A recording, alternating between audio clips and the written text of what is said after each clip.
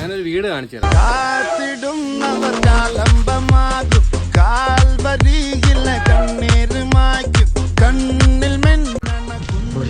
അനുഗ്രഹിക്കണം. ഒരു 80 കിലോ ഉള്ള ഇവിടത്തെ ഏറ്റവും ഹൈലൈറ്റ് സാധനം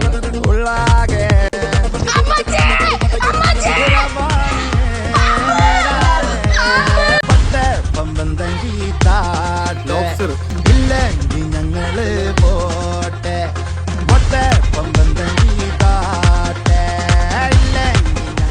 മൈസ് എലിക്കുഞ്ഞി